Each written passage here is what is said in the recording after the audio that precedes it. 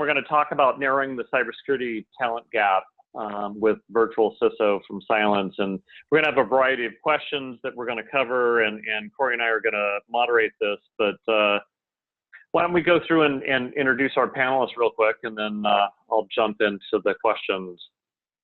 Again, I'm Malcolm Harkins, Chief Security and Trust Officer with Cylance. And Corey, why don't you do a quick intro as well? Yeah, Corey White. I run the global consulting business here at Cylance. Been here since the very beginning. Thanks, Corey. And with us today, we've got Jason Beavis, who's our Vice President Worldwide Strategic and Threat Zero Services, Dale Lozo, who's our Principal Consultant and Virtual CISO Strategic Services, and Ian Atchinson, who's a Principal Consultant also with the Strategic Services. Jason, Dale, Ian, thanks for participating and giving us the insights that you've got around virtual CISO and the service offerings we have here at Cylance. Yeah, thanks, Malcolm. Yeah, happy to be here. Thank you. Let me just go ahead and jump into it. You know, virtual CISO has been mentioned around, the industry for a while now, and people sometimes get confused on, when they need one, when they don't need one, and all aspects of that. So, Jason, in your mind, is head of strategic services who's created the service. When is it appropriate to get a virtual CISO and kind of seek one? And what are you seeing from our customer base and potential customers on when they do that? Yeah, no, thanks, Malcolm. And great question. I think we see a lot of different activity from customers when they're looking for a CISO. Probably the most common we run into is, for one reason or another, you may have an existing CISO who made a transitional move either out of the organization or to a different function, and they're looking to backfill that role. So Cylance provides a good job of supporting in that transitional virtual CISO option until they can hire somebody, and we'll help them with the hiring process. I think the other item where we see very common this happen is we'll get sometimes a major security event, and typically that may be either something compliance or regulatory related, or it may be an actual incident has happened. And, for that purpose, the overall maturity of the organization needs to sort of change the way they've been addressing security. And we find virtual CISOs are a really good fit at that time to come in, help kickstart the program, get it moving, and then over time the customer can determine whether they want to keep us on long board or whether or not they want to transition into hiring their own CISO over time and dedicating an individual to that. So really, those are probably the main reasons we see and are requested in to help our customers today. Got it. Thanks. So Jason and team, will the vCISO offering, help organizations' company privacy program, and also can it serve as a DPO? Yeah, Corey, that's a great question. So obviously with things like GDPR, and then you'll see, especially over in Europe, we have a lot of organizations that are required to have a data privacy officer, what is referred to as a DPO. Cylance has a couple of ways we tend to address that. The virtual CISO is typically not serving as the DPO in the company. However, we do have different assessment services that can come in and help with the privacy program, or we do work with some of our partners and have capability to bring in a data privacy officer to fill that role. And then the virtual CISO will align with the DPO. They'll help align the program, the policies, and also help prepare for those privacy programs, assisting the DPO in the process. But usually the organizations are required to have a DPO, and we typically recommend that be a separate individual that we can help bring on board. Okay. All right. That makes perfect sense. And, you and I have been in this industry for a very long time, 20 plus years here. What are we doing different here at Cylance with our virtual CISO from some of the other programs that are out there? Yeah, and I'll take a first hit at this, and then, Dale or Ian, I know you guys have been in the field a lot on this, so you can talk to maybe some of your personal experiences. But, one of the things in my past is I used to deal with a lot of, risk level services at the board and the business level. And what we wanted to do, and it really reflects what's on the slide in front of us, is your traditional CISO is sort of evolving and has been over time. But, a lot of CISOs out in the world today are more what I would call operational, or what we call the first line of defense. So, they may own the SOC, they may own the technology, but where you see CISOs transitioning and providing the most value these days are business aligned CISO. And I'll give an example of that. For one case, we had a client that we went into, and essentially they had a bunch of subsidiary sort of businesses they were functioning with and providing an IT service.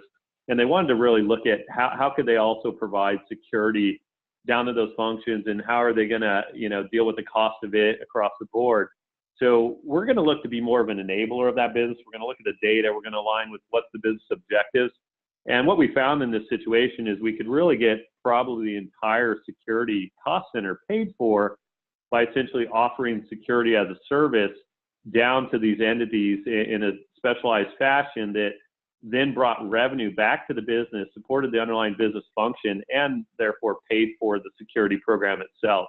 So again, we're going to operate as a second line of defense. That means we interact with audit, we interact with the board, and we do also interact with the technical operations staff, but we're aligned in enabling the business when we do it. Dale, Ian, feel free to add on anything from your experiences if you see fit. Yeah, so one of the things I think we also run into for organizations that are starting to build out their security program, they may not have somebody who has experience in that role. They have maybe a strong IT background, but not so much focused on security. So when we generally come in, we'll start building those relationships like Jason talked about, and getting feedback from outside of just the IT world, because a lot of times, a lot of the solutions that are proposed are very IT centric. So we kind of break them out of that kind of mold of just staying inside a vacuum and working with the different business units to understand, where the business is going and kind of anticipate needs that they may have. And a lot of times that results in, enabling the business, right? Finding solutions that are going to help them be more agile and kind of just move along versus be a hindrance. So I think that's one of the areas I find that we might do things a little differently. And also trying to look at technologies that fit the organization versus trying to find a tool for everything, right? We tend to look at, what do you really need to look at? Do you need necessarily a control for everything, or can we build, a combination of, controls around addressing a security concern without maybe buying a tool for every issue, I guess I would say. Okay. All right. Thank you, guys. If you know me well, I like to throw some curveballs on the next question here. But, first and foremost, some folks are new to the vCISO term. I want to know, first piece, what is the authority that vCISOs have as far as making decisions within the organizations? Also, when we talk about it being new as a terminology and new as an approach, can you speak to the lifespan of a typical CISO being 18 to 24 months? And that being the case, where does the role of a vCISO fit into that? So I can take the first. Go ahead, Ian. Why don't you run with that one? Yeah. So the authority that the virtual CISO has, it varies by organization. Some organizations, it's truly more of like a staff augmentation, right? Where we're either on site on a regular cadence. We're pretty much dedicated to them full time. And other organizations, they may not need that. They may need a ramp-up period where we're starting to build out the program and understand kind of the lay of the land and the foundational pieces of what they have in place and what they're missing. And then it turns into more of a, part-time every week, or, maybe just a couple of hours in a month once they're really kind of moving. They just need somebody to go to as more of a security advisor. So it really varies and it's customizable. So the idea is, generally we'll work off of a lot of time, right? So we're not saying that you have to be all in, 24/7 or whatever. We're kind of looking at it more of what do we need for the organization to be successful, and we build the program around that.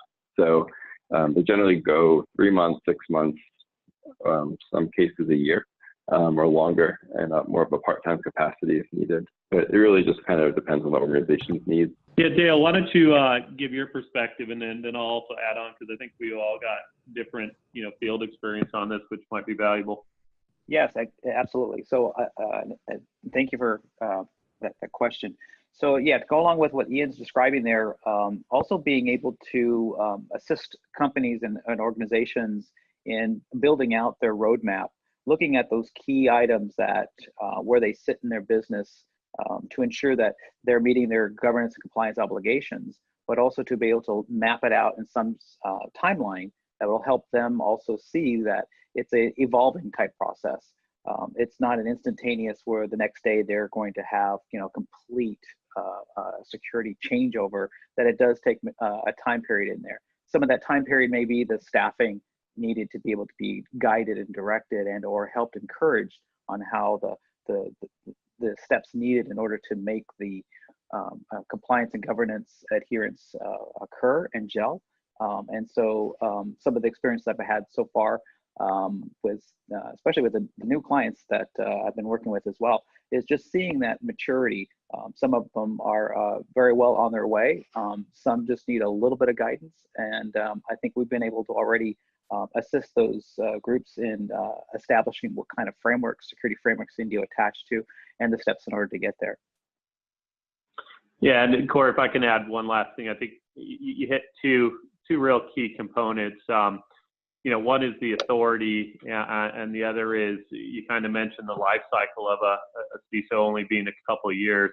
You know, I can tell you we've been in programs where we're the complete authority and been given authority from top to bottom, you know, until you're able to transition out of that. So really, organizations have brought us in and said, help us handle the problem, from, you know, budget to recommending products to bringing in staff to everything across the board that a regular CISO would do. The benefit of that too is, you know, because of the life cycle of CISOs, and in some organizations, they may be looking at, you know, your org as a stepping stone.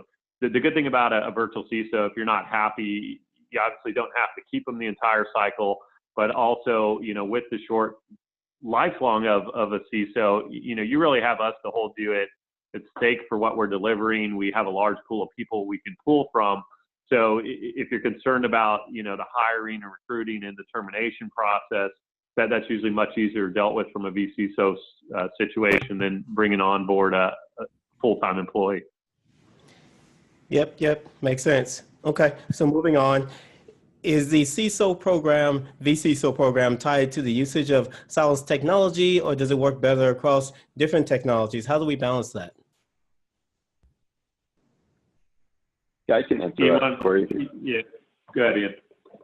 Yeah, so the virtual CISO program is not tied to Cylance technology. It's technology agnostic, which is great for organizations that may not necessarily be Cylance customers. So the goal of the program is, you know, to enable that organization to have a more secure program, right? Take a preventative approach first.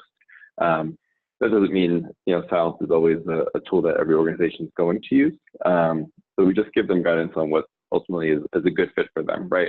At the end of the day, you know, a lot of times they have to own the program in the end, right? So we want to make sure that whatever we're recommending for them, it's appropriate. So there's no, you know, precursor or you know, prerequisite that they're a Cylance technology customer. You know, we do a lot of other work outside of the virtual CISO service that is technology agnostic. So this, I think, just kind of another service that we offer that is really just focused on enabling the organization to be successful in their security goals.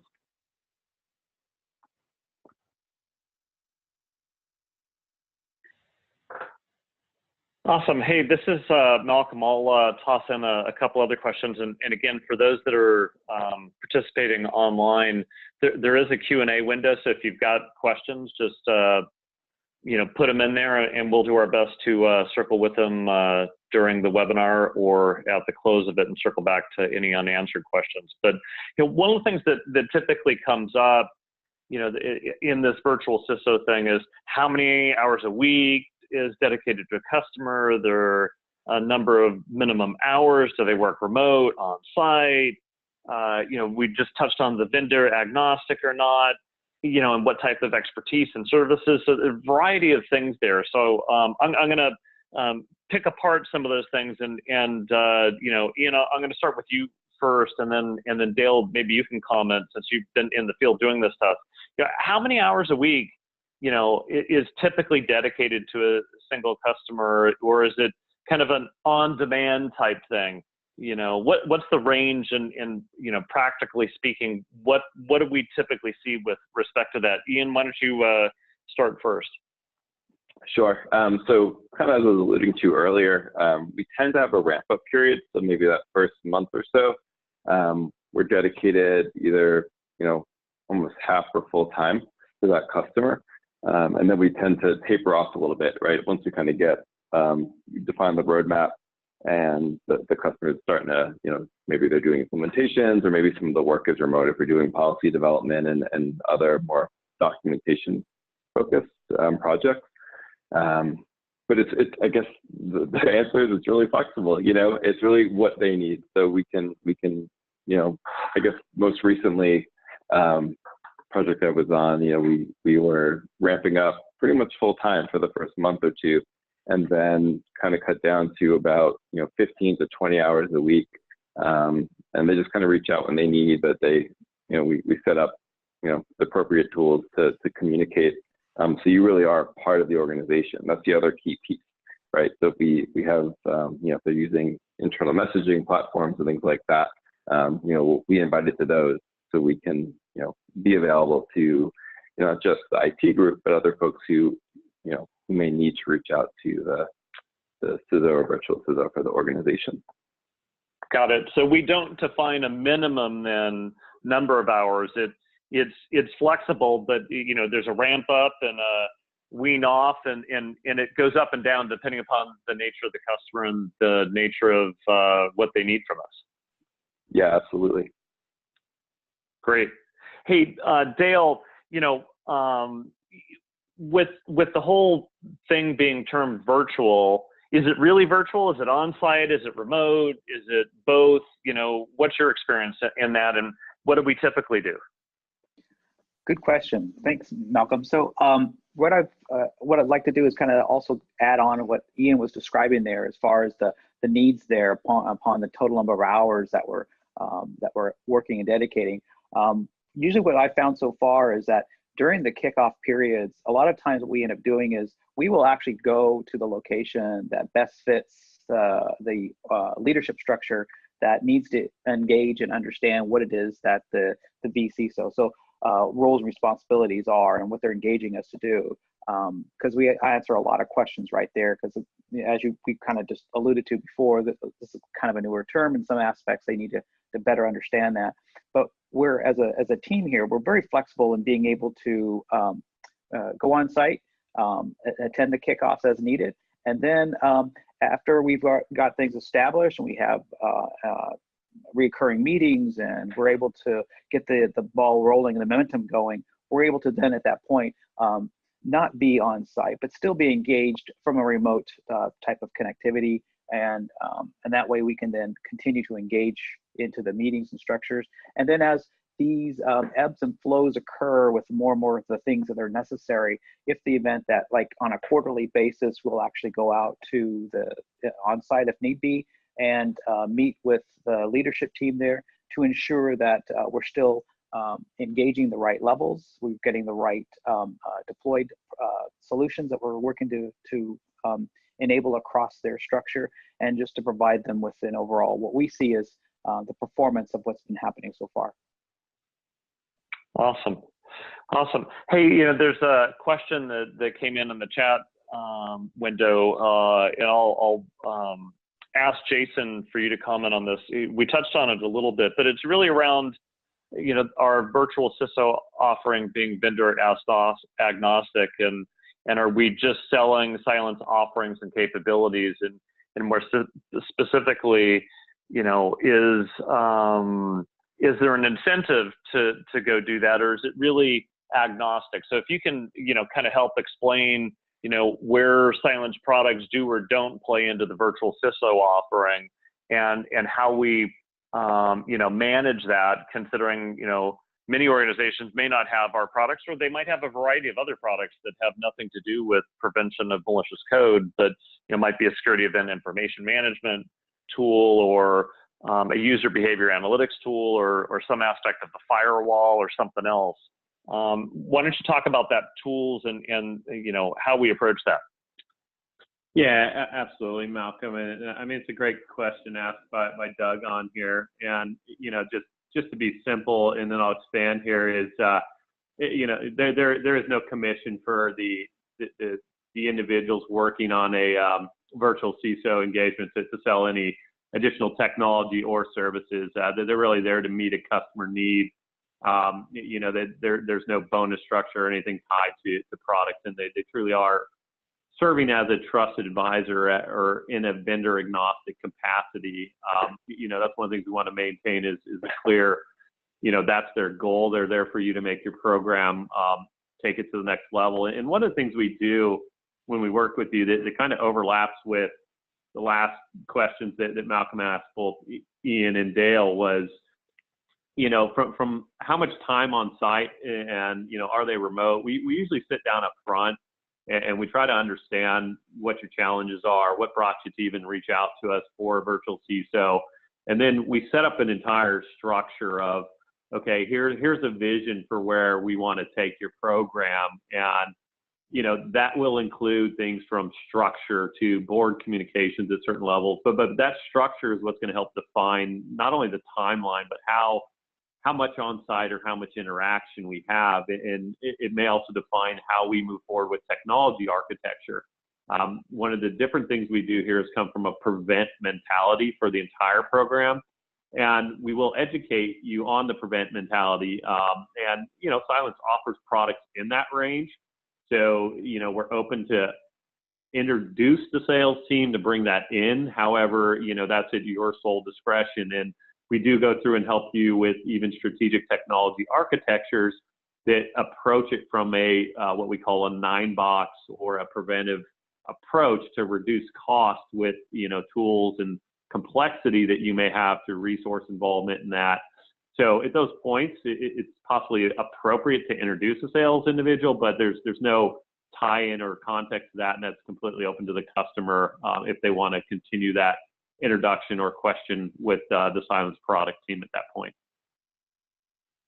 Got it. Thanks, Jason. And I'm glad that question was asked, because that, you know, typically is something that people would perhaps misperceive, that there would be some type of incentive structure versus the agnostic approach that we're taking with it. Hey, Dale, I'm going to hit you up with this next one and then circle back around to Ian for his perspective on it as well. You know, and you've obviously done a variety of roles before joining Cylance in the CISO realm and consulting and stuff like that. But what are the type of expertise and services engagements, you know, that a virtual CISO could assist with, you know, in an organization? You know, we've talked about it generically, but are there, you know, specific expertise or services that, you know, you typically find are the ones that people are most looking for? Yeah, well, thank you for that question. So, yeah, so a lot of it's just the aspects of what we've got as far as what I've seen in that there's a whole playbook of things that we have as far as vCISOs and supporting security programs. Primarily, these things that we were able to do is to assist in bringing in the correct skill sets for technical and security audit related type functions, because there seems to be a lot of that kind of activity. We're under the view of how we're providing the services and ensuring that we're meeting the right governance compliance and that the audit is in there to ensure that we are meeting those plans and we have those things in place. We, you know, primarily what I've been able to also do is to assist also with a lot of the communications to the board, putting together, you know, KPI type of activities to ensure that we're able to demonstrate and show the effectiveness of the programs we've laid out in our roadmaps, and we're meeting the obligations, but also to tailor them in such a way that it makes best sense to the board, so that we're not just there providing them with data. We're actually providing with the appropriate language for them to understand that we're looking at it from a business structure on how we're delivering our vCISO. And just making sure that we're adhering to compliances. We've got, for the things I've done in the past, that's one of the large things I have to do is to ensure that what we're meant to do, we are doing, and that the company and the business is in alignment with that. So, and then also just managing the teams. It's not just the teams that are in security, but also the assisting, providing the vision to the IT organizations and all the other supporting structures that are out there that are making up this entire support for the business, that the vCISO and the CISO opportunities are to go through and actually help them understand what programs we're under and why we're doing certain things. And it's not just because that the security team is required to do certain things, it's just that it's all the way across. Got it. Thanks, Dale. Hey, Ian, just kind of a little bit of a drill down on that. You know, a lot of organizations, some are, you know, have on-prem infrastructure, they're transitioning to cloud, some are heavily software as a service, you know, some are manufacturing and might have industrial control systems and that type of stuff. You know, do we have the technical expertise across that range of operations that might, in essence, be in an organization's technology stack to help them navigate, you know, from cloud to on-prem factory systems to point-of-sale systems? Yeah, so that's a great question. I think that's actually one of the exciting parts of the service is, you know, if we have, you know, I guess recently speaking, you know, had a customer that had sort of specialized needs based on the industry they were in that I was able to, you know, answer most of what they needed, but they need to get a little bit more specialized on the manufacturing side. You know, we tapped into the consultant expertise we have around industrial control systems, supply chain. So it's kind of a, you know, what does the organization need at the time? And we basically can go to the internal consultants at Cylance and even some others within the organization to kind of provide direction and guidance and you know, really meet the needs of those customers. I think the other part that some people, I guess, or folks that might be considering this or just generally curious, is that, you know, we're building out other programs that we need some more, you know, maybe offensive security expertise and things like that. We can bring in a consultant, not necessarily for a pen test, but to actually, you know, talk to the customer about how to maybe improve some of their app development processes and, you know, secure software development life cycle. So it really lets us to, you know, kind of bring the power of all the different consultants that we have, you know, behind us into the conversation based on needs. And that's not to sell services, but it's really just to help the organization, you know, that we're working with have a better understanding, make them more confident, right, and what the goals are and how we're achieving them. Awesome, thanks. Jason, anything from your vantage point of the strategic services that you know, we didn't cover to make sure people really can understand that we can cover a variety of different, not only technologies, but organizational types, whether it be, you know, your a restaurant chain with point of sale systems to manufacturing to, you know, a mid-sized financial firm. Yeah, no, it's a great perspective, and I think it's important to point out, you know, we have a vast amount of resources within Cylance ourselves. Adding BlackBerry to that has also pulled in some additional skill sets, especially when you look at certain regulations and stuff that they may have dealt with prior to us in industries like automotive. But you know, in the short, we've done things from, you know, bring in and deal with, you know, FFIEC type reviews to business continuity, you know, dealing with food or point of service or control system supply chains. So we have that background there. We pull in resources where required for different compliance mechanisms.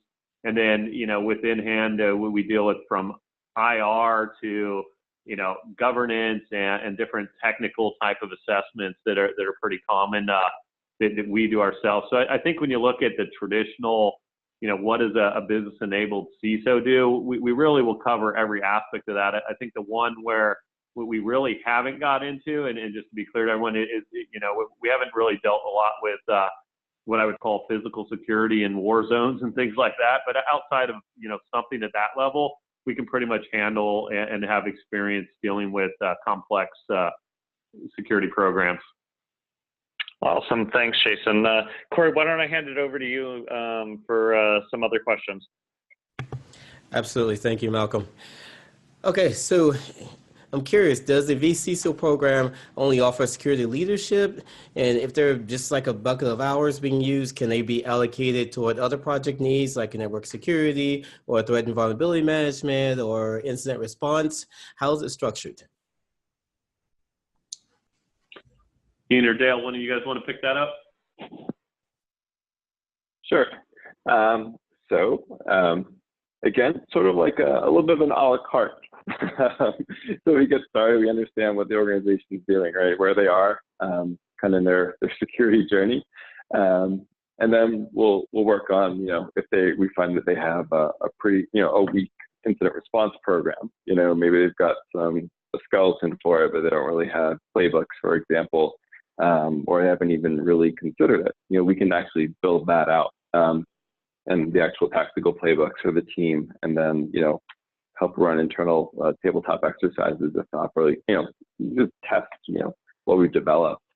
So it doesn't mean just leadership. It can be sort of a more mentoring role, where if you have, like I mentioned earlier, like a IT individual or somebody comes from a different background, provide some more mentoring around security and helping them in situations that might be a little stressful, give them guidance on how to run the team and lead it. And then we do other stuff right around network security architecture reviews.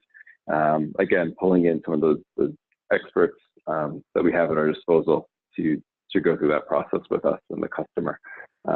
Really just depends, like I said, it doesn't necessarily have to be leadership. Really can focus on, it's intended to be a virtual CISO. So whatever the organization needs, we will bring in the right resources to help them achieve those goals.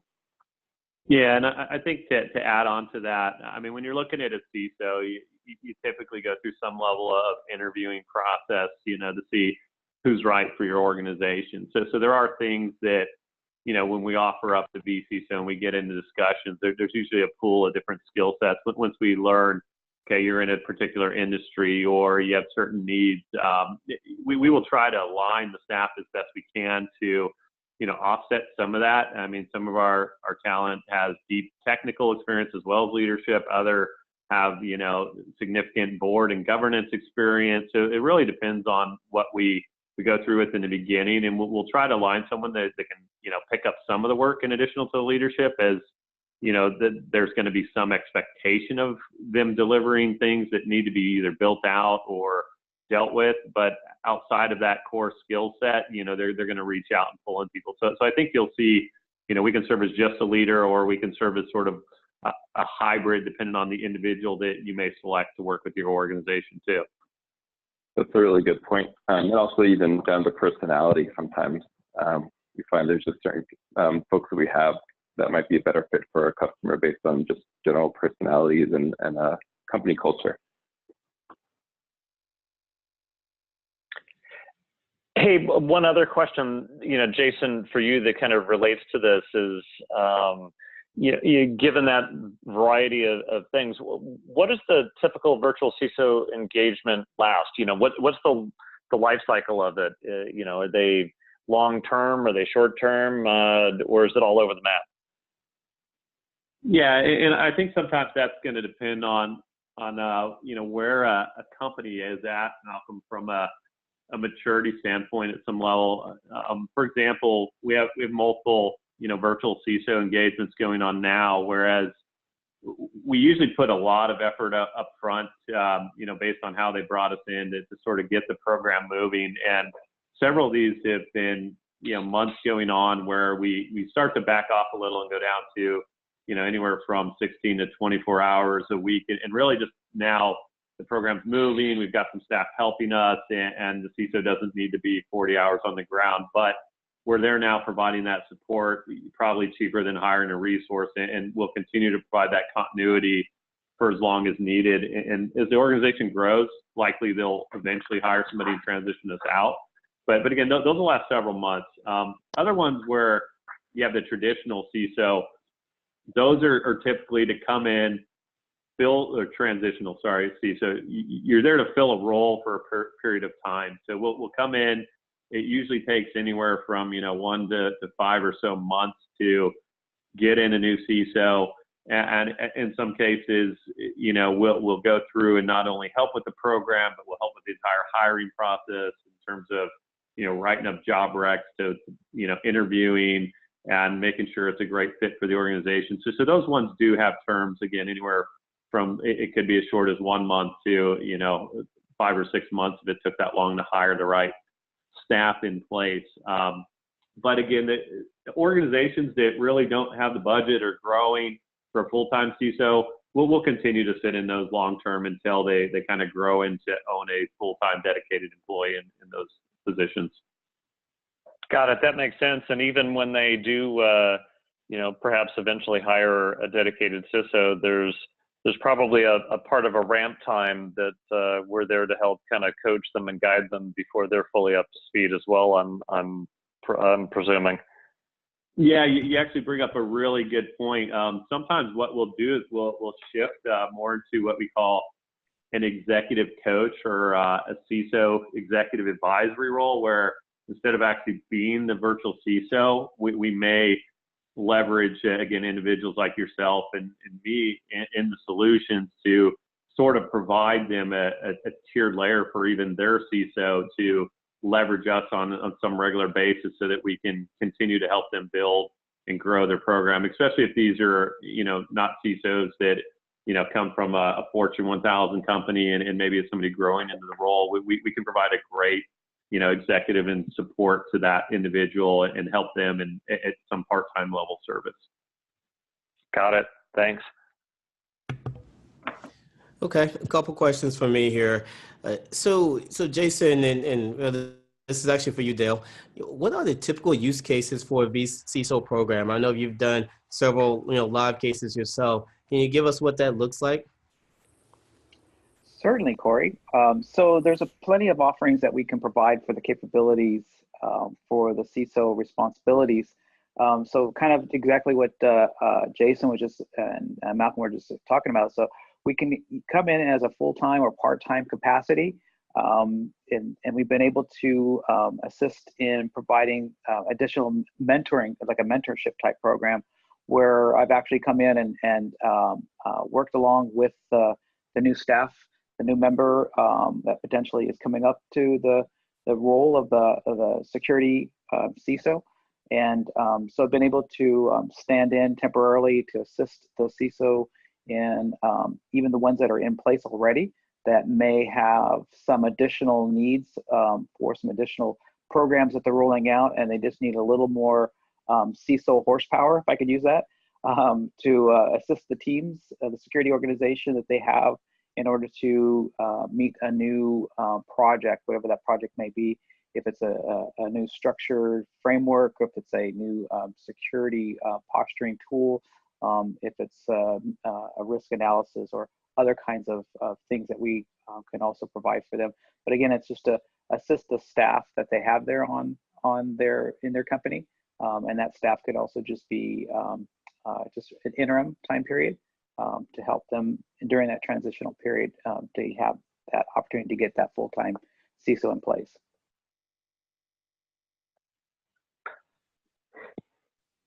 Hey, another question.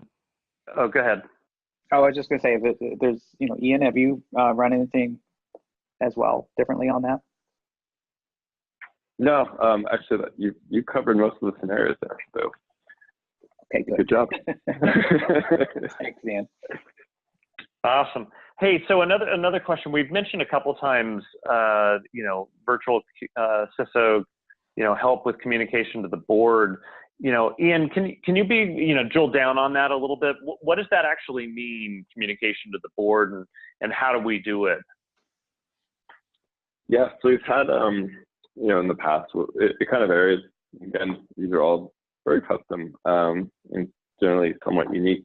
You know, it might be helping prepare presentations and communications or reports that the, you know, full-time personnel or staff at the customer organization is going to present, and then sometimes it's actually, you know, creating those presentations with them or for them and presenting it to their board. So it depends on, you know, what we're talking about. If there's a specific topic, you sometimes we've done some work where they're looking to us to provide some more specific, if we do like an incident response readiness assessment or a security risk assessment, also, we are still a third party, even though we are a virtual CISO organization. So we do have that somewhat independent, right, or objective view.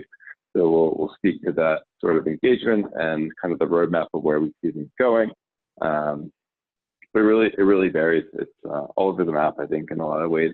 But it's I think that's kind of the benefit there. We can speak something very specific. We can do the presentation for you, or we can help you look really good to your board, which looks great for everyone.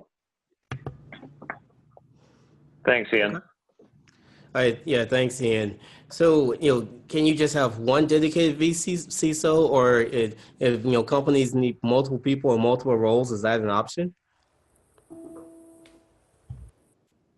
Here, I'll pick that one up, and I'll kind of tailor on to the board thing a little bit too.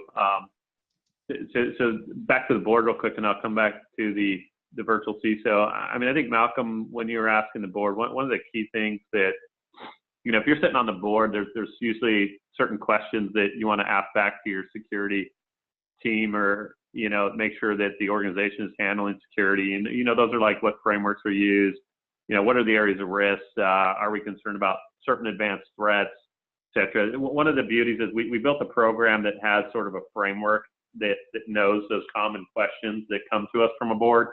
So we're going to help prepare those, make sure that you're presenting the key things, and also we can help educate the board if they don't even know the right questions to ask. So I think that's the key thing. And when we put our virtual CISOs out in the market, they kind of have this framework to know to build those presentations off of, and then also to gauge the board's level of security knowledge, and then start to help educate them if they're not aware of, what is really the board's role in cybersecurity and what should they be concerned about. So we can handle from those aspects. Now, Corey, when it comes to just one dedicated virtual CISO, this really goes to how large is the company, and what does it really do across the world. I mean, I would be more than happy to go into X large bank and provide 10 virtual CISOs in a business information security officer role and help them if they needed that support. That's probably not the use case we see a lot, but that would be the one where we would probably provide more than one virtual CISO to meet their needs if they needed us to fill in those maybe business CISOs reporting to a centralized CISO type situation. But typically what you'll find is most customers, they need a dedicated individual at some level, and typically one CISO is enough to solve that issue.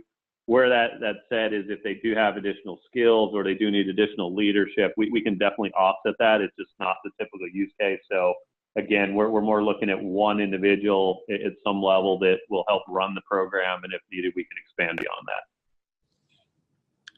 Okay, all right, fantastic. And then one last question I have, and then we'll open it up for attendees to ask questions. If you can start typing those in, or you can wait until after, so we can open up. So is this a global offering or just based in the United States? Great question. We do the most of our virtual CISO work in the United States, and we do work with global organizations. So we do interact with, EMEA and APAC, LATAM, Canada, all in a lot of our virtual CISO offerings. There are countries we will support outside of the U.S., primarily probably in EMEA or in what they call the META region over there. We'd have to probably take those as individual requests that come in. So if there's a need for that, I would just suggest anybody, reach in and contact us. Usually the challenges we run into those regions is, where is our virtual CISO located? Do they speak the right languages? We can support certain regions, and we do have different languages. So, again, reach out to us if you have a request for international. A lot of times we can source them. It's just we can't say we source everything in those regions due to some of the complexities with privacy compliance and the language barriers that we may need to deal with.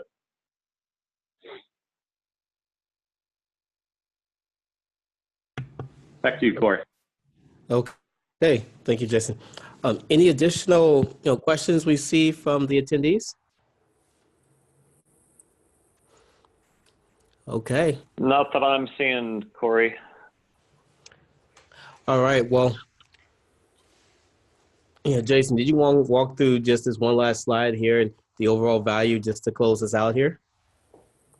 Yeah, absolutely. So, I mean, I think when we look at the key takeaways of what we wanted to get across in the webinar, it was really a couple of things about our virtual CISO program.